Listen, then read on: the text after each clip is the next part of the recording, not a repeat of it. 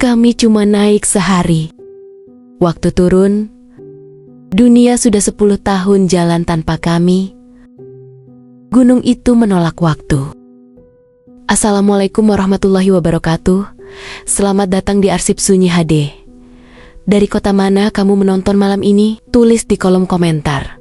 Sebelum cerita dimulai, silakan like dan subscribe agar tidak ketinggalan kisah mistis berikutnya. Jika sudah, mari kita saksikan bersama.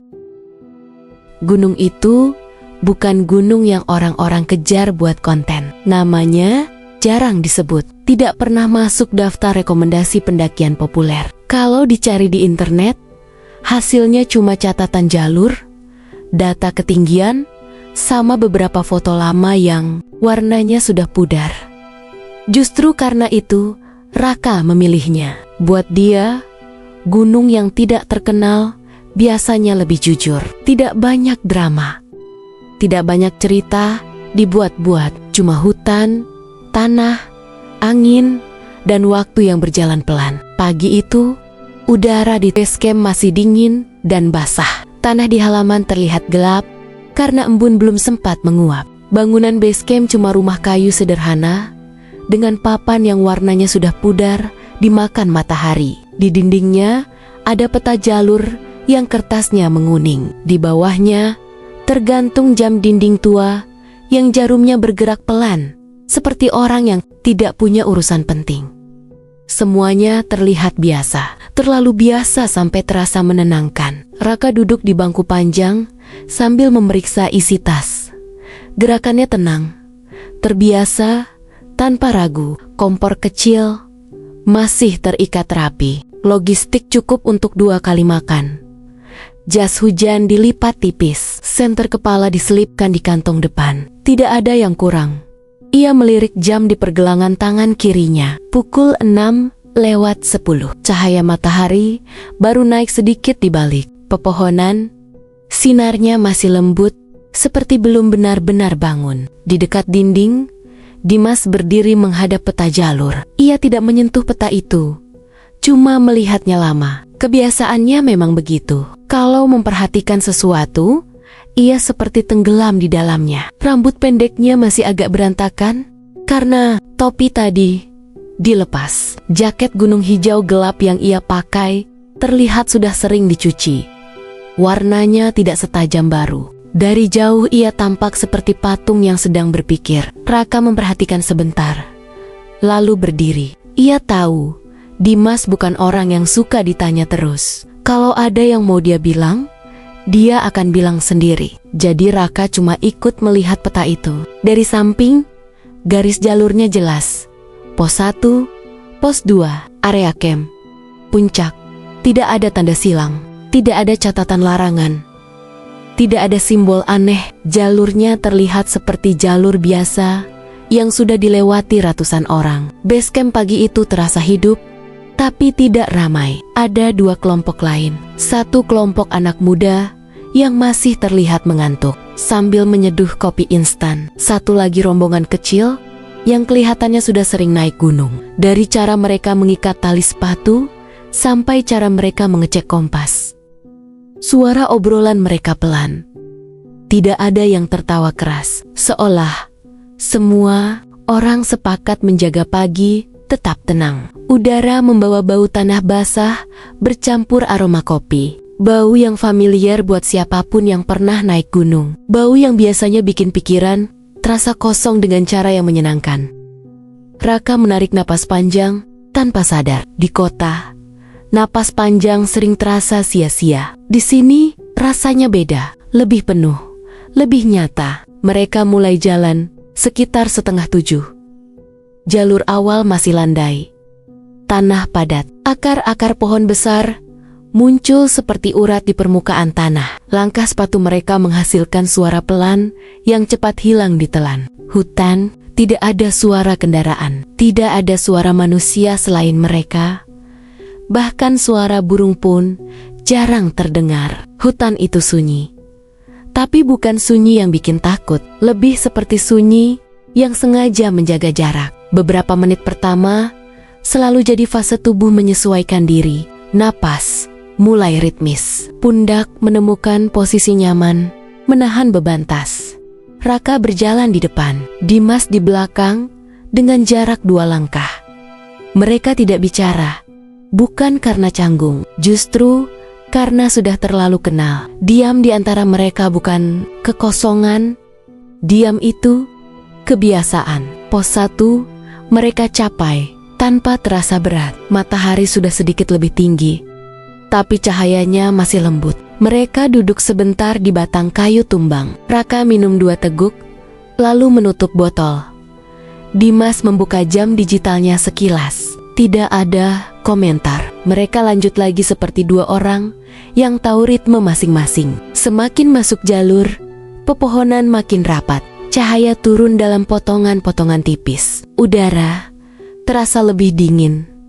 Raka mulai merasakan sesuatu yang sulit dijelaskan. Bukan rasa takut, bukan rasa tidak nyaman, lebih seperti perasaan bahwa waktu berjalan agak lebih lambat dari biasanya. Langkah terasa panjang, napas terasa lebih dalam. Ia sempat mengira itu cuma efek tubuh yang belum sepenuhnya panas. Mereka sampai pos 2. Raka melirik jam lagi. Waktu yang lewat terasa tidak cocok dengan jarak yang sudah ditempuh.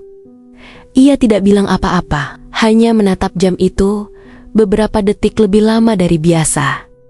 Jarumnya tetap bergerak normal, tidak macet, tidak tersendat. Semua terlihat baik-baik saja.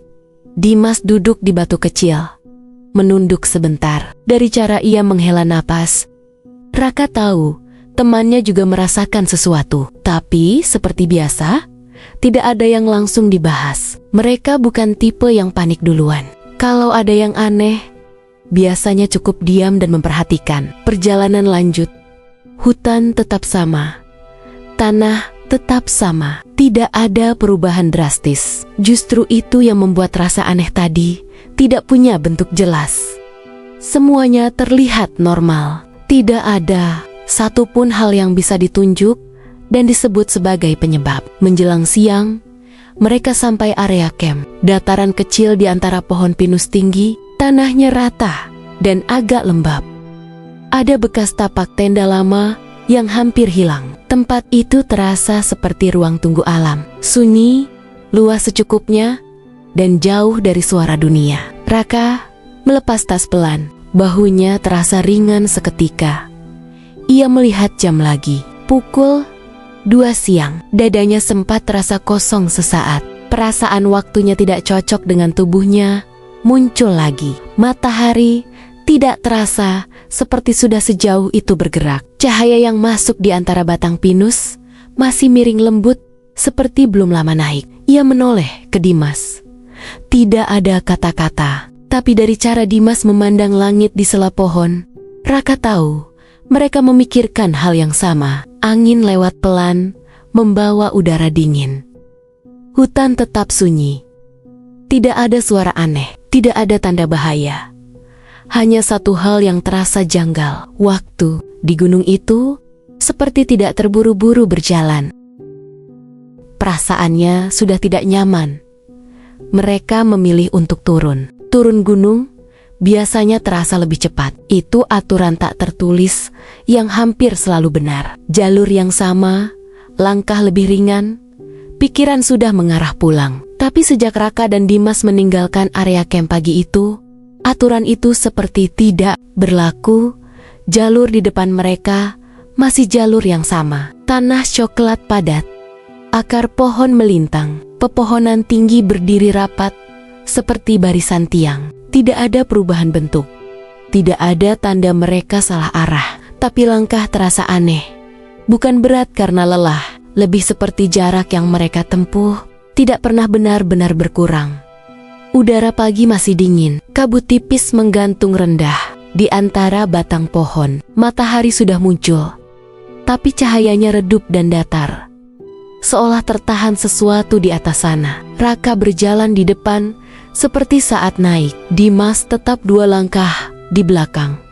Mereka tidak bicara, bukan karena tidak ada yang ingin dibahas, justru karena masing-masing sedang mencoba memahami perasaan yang sama tanpa tahu harus memulai dari mana Beberapa menit sekali, Raka melirik jam di pergelangan tangan kirinya. Jarumnya bergerak normal. Detik berpindah dengan ritme stabil. Tidak ada tanda kerusakan, tapi tubuhnya merasa waktu berjalan lebih lama dari yang ditunjukkan angka. Napasnya tidak terengah, kakinya tidak pegal, tapi rasanya seperti sudah berjalan berjam-jam. Saat mereka melewati tanda pos 2, Raka berhenti. Ia menatap papan kayu kecil yang dipaku di batang pohon. Tulisan cat hitamnya masih sama seperti kemarin. Tidak ada perubahan. Ia menoleh ke belakang. Dimas juga berhenti. Tatapannya langsung jatuh ke papan itu.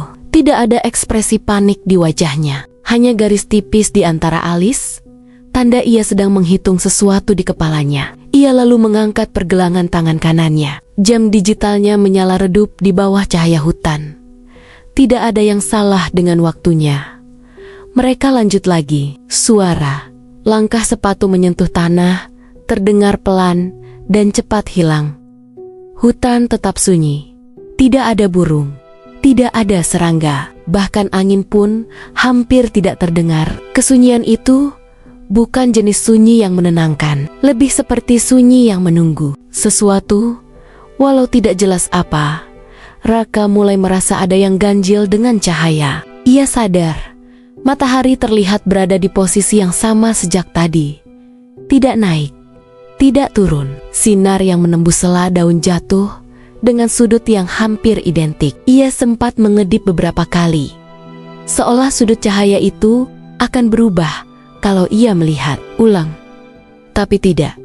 Ia tidak mengatakan apa-apa. Ia tahu Dimas pasti juga menyadarinya. Dan benar saja, beberapa menit kemudian Dimas berhenti sendiri tanpa diminta. Ia menoleh ke atas, menatap langit yang nyaris tidak terlihat karena tertutup kanopi daun. Lalu ia menghela napas pelan. Langkah mereka berlanjut lagi. Jalur mulai terasa lebih lembab. Tanah sedikit lunak. Akar-akar pohon yang kemarin terasa kering sekarang licin, seperti habis hujan. Padahal tidak ada tanda hujan turun. Tidak ada bau tanah basah baru. Tidak ada tetesan air di daun. Raka menunduk sebentar, melihat jejak sepatu mereka di tanah. Bekas pijakan terlihat jelas. Tapi anehnya, jarak antar jejak terasa lebih panjang dari langkah yang ia rasakan. Seperti tubuhnya bergerak dengan ukuran berbeda dari persepsinya sendiri. Semakin turun, rasa tidak sinkron itu makin terasa. Bukan rasa takut, lebih seperti rasa salah. Seolah ada bagian dunia yang tidak cocok dengan bagian lain. Raka mencoba mengabaikannya. Ia memusatkan perhatian pada ritme napas, pada suara gesekan tas di punggung, pada langkah Dimas di belakang. Hal-hal kecil yang nyata, hal-hal yang bisa dipastikan ada. Akhirnya pepohonan mulai menipis. Cahaya terbuka. Di depan terlihat lebih terang. Itu tanda jalur hampir selesai. Biasanya di titik itu pendaki akan merasa lega, tapi yang Raka rasakan justru sebaliknya. Dadanya terasa makin sempit. Ada perasaan tidak jelas yang menekan dari dalam. Mereka keluar dari batas hutan. Desa terlihat di bawah, sama seperti kemarin. Atap-atap rumah, jalan sempit, sawah di kejauhan. Tidak ada kabut, tidak ada perubahan warna langit. Semuanya tampak biasa. Terlalu biasa sampai terasa seperti gambar yang dicetak ulang dari ingatan. Mereka berjalan menuruni jalan batu menuju desa. Kerikil kecil berderak di bawah sepatu. Udara terasa lebih hangat dibanding di hutan. Bau asap dapur samar-samar tercium. Semua indera mengatakan mereka sudah kembali ke dunia biasa. Tapi lalu Raka melihat sesuatu yang membuat langkahnya melambat. Rumah pertama di pinggir desa masih berdiri di tempat yang sama. Bentuknya sama, posisi jendelanya sama, tapi cat dindingnya berbeda. Lebih baru, lebih terang. Pagar bambu yang dulu ia ingat sudah diganti besi tipis. Perubahan itu kecil, masuk akal, tapi entah kenapa rasanya tidak pas. Mereka terus berjalan. Warung kecil dekat tikungan masih ada, tapi papan namanya terlihat baru. Tulisan catnya masih tajam. Kalender yang tergantung di dalam warung tampak bersih, tidak menguning seperti biasanya kalender yang sudah lama dipajang. Seorang anak kecil berlari melewati mereka sambil tertawa. Ia tidak menoleh sama sekali. Tidak heran, bagi anak itu, mereka cuma dua pendaki biasa. Tapi bagi Raka, tawa itu terdengar asing. Nada suaranya tidak cocok dengan ingatan tentang desa yang sama. Di depan, seorang perempuan paruh baya berdiri di teras rumah sambil menyapu. Gerakannya berhenti saat melihat mereka. Matanya menyipit sedikit, lalu melebar perlahan. Sapunya menggantung di udara. Ia menatap Raka lama sekali. Raka membalas tatapan itu dengan senyum kecil. Senyum sopan, orang yang merasa pernah melihat wajah seseorang, tapi lupa di mana. Perempuan itu melangkah mendekat ke pagar. Bibirnya bergerak ragu, lalu akhirnya suara keluar pelan. Ia menyebut nama Raka. Suara itu tidak keras, tidak dramatis, tapi cukup membuat tengkuk Raka terasa dingin. Ia mengangguk refleks. Belum sempat bertanya bagaimana perempuan itu tahu namanya, perempuan itu sudah bicara lagi. Katanya pelan, Raka dibilang sudah lama sekali tidak terlihat di desa itu. 10 tahun, katanya. Kata-kata itu jatuh datar. Tidak ada nada bercanda, tidak ada senyum. Hanya pernyataan biasa, seperti orang menyebut cuaca. Raka tidak langsung mengerti. Otaknya seperti menunda arti kalimat itu. Ia menunggu perempuan itu tertawa atau menambahkan penjelasan, tapi tidak ada lanjutan. Perempuan itu hanya menatap wajahnya dengan ekspresi campuran antara heran dan tidak percaya. Dimas di sampingnya tidak bergerak sama sekali. Udara siang terasa mendadak lebih berat. Dan untuk pertama kalinya sejak turun gunung, Raka merasa benar-benar tidak tahu mereka baru saja keluar dari tempat apa. Perempuan itu tidak mengulang kalimatnya. Ia hanya berdiri di balik pagar dengan sapu masih di tangan, menatap Raka seperti seseorang yang sedang memastikan ingatan lamanya tidak sedang mempermainkan mata. Tidak ada ekspresi takut di wajahnya. Yang ada justru semacam keheranan yang tenang. Seperti orang menemukan barang lama di tempat yang tidak mungkin. Raka masih diam, otaknya bekerja lambat. Seperti mesin yang baru dinyalakan setelah lama mati. Kata 10 tahun itu masih berputar di kepalanya tanpa bentuk. Ia mencoba mencari nada bercanda di wajah perempuan itu. Tidak ada. Ia mencoba mencari tanda salah dengar. Tidak ada. Semua terasa datar, biasa, dan justru itu yang membuat dadanya terasa makin sempit. Perempuan itu akhirnya masuk ke dalam rumah tanpa berkata apa-apa. Pintu kayu berderit pelan saat didorong. Raka dan Dimas tetap berdiri di luar pagar. Tidak ada yang saling menatap. Mereka sama-sama menatap tanah, seperti berharap jawaban ada di sana. Beberapa detik kemudian, perempuan itu keluar lagi. Di tangannya ada sesuatu yang dibungkus plastik. Bening, ia membukanya pelan, lalu menyerahkannya lewat sela pagar. Sebuah foto. Foto itu agak pudar warnanya, tapi masih jelas. Di dalamnya terlihat 2 orang berdiri di depan rumah yang sama. Jaketnya sama, tasnya sama, posisi berdirinya bahkan sama seperti sekarang.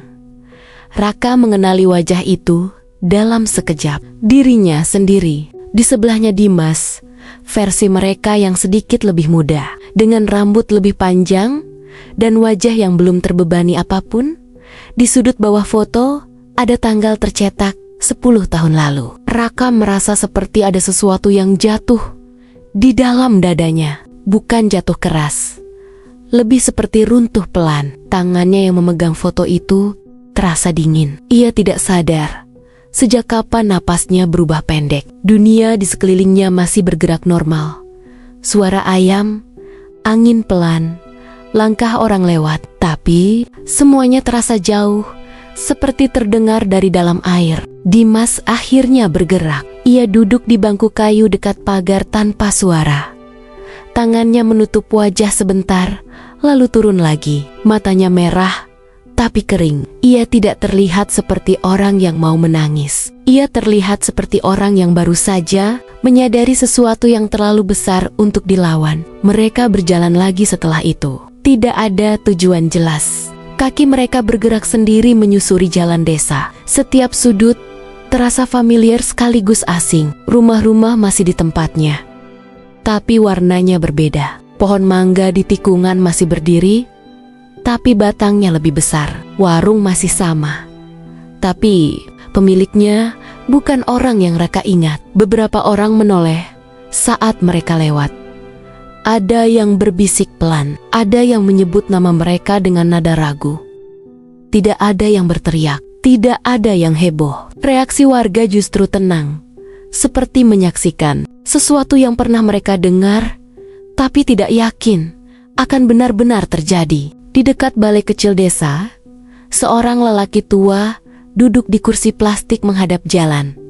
Rambutnya putih tipis, punggungnya sedikit membungkuk, tapi matanya tajam. Ia menatap Raka dan Dimas lama, sebelum akhirnya berdiri perlahan. Raka mengenalinya. Dulu lelaki itu penjaga jalur, orang yang biasa mencatat nama pendaki di buku tulis lusuh di base camp. Wajahnya sama, hanya waktunya yang berubah. Lelaki itu tidak bertanya apa-apa. Ia hanya mengangguk pelan, seperti orang yang sudah menunggu lama dan akhirnya melihat sesuatu yang ia duga akan terjadi. Suaranya rendah saat ia bicara. Ia bilang mereka tercatat naik 10 tahun lalu.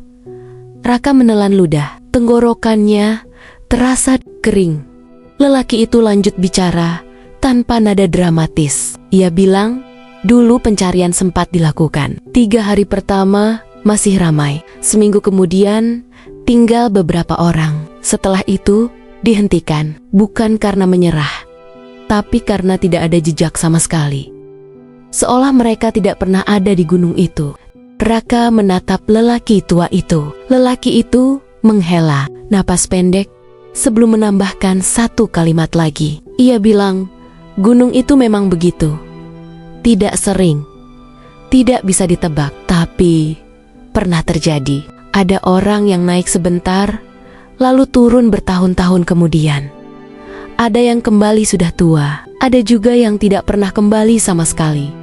Raka ingin bertanya, bagaimana itu bisa terjadi? Tapi pertanyaan itu terasa tidak berguna. Bahkan sebelum diucapkan, jawabannya jelas tidak akan masuk akal. Dimas akhirnya bersuara pelan. Ia bertanya, kenapa mereka tidak berubah? Kenapa wajah mereka masih sama seperti di foto lama itu? Lelaki tua itu menatap mereka bergantian. Lalu ia menjawab dengan nada biasa, seolah sedang menjelaskan hal sederhana. Karena bagi gunung, mereka cuma pergi sehari.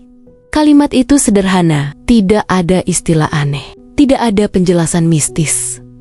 Tapi efeknya terasa berat. Raka menatap ke arah gunung di kejauhan. Siluetnya berdiri tenang di bawah langit sore. Tidak terlihat berbeda, tidak terlihat berbahaya. Gunung itu tampak sama seperti kemarin. Raka sadar sesuatu yang membuat pikirannya kosong. Gunung itu tidak mencuri waktu mereka. Gunung itu hanya tidak ikut waktu manusia. Malam datang pelan di desa. Lampu-lampu rumah menyala satu persatu. Suara televisi terdengar dari dalam rumah. Warga, kehidupan berjalan normal. Dunia tidak berhenti hanya karena 2 orang kehilangan 10 tahun. Raka duduk di depan rumah tempat ia dulu pernah menginap. Tangannya memutar jam di pergelangan kirinya. Jarumnya masih menunjukkan hari yang sama seperti saat ia berangkat. Jam itu tidak rusak. Ia hanya setia pada waktu yang berbeda. Dimas duduk di sampingnya, menatap lurus ke jalan gelap. Tidak ada yang mereka bicarakan. Tidak ada yang perlu dibahas lagi. Semua jawaban sudah ada. Tidak ada cara mengembalikan 10 tahun yang hilang. Tidak ada jalan untuk kembali ke waktu sebelum mereka mendaki. Pagi berikutnya, mereka pergi meninggalkan desa itu. Langkah mereka pelan tapi pasti. Bukan untuk kembali ke gunung, bukan untuk mencari penjelasan lain, tapi untuk mulai hidup di waktu yang tersisa. Di belakang mereka, gunung itu tetap berdiri diam, tenang, tidak menyesal, tidak bangga, seolah tidak pernah terjadi apa-apa. Karena di tempat itu, waktu memang tidak pernah merasa bersalah.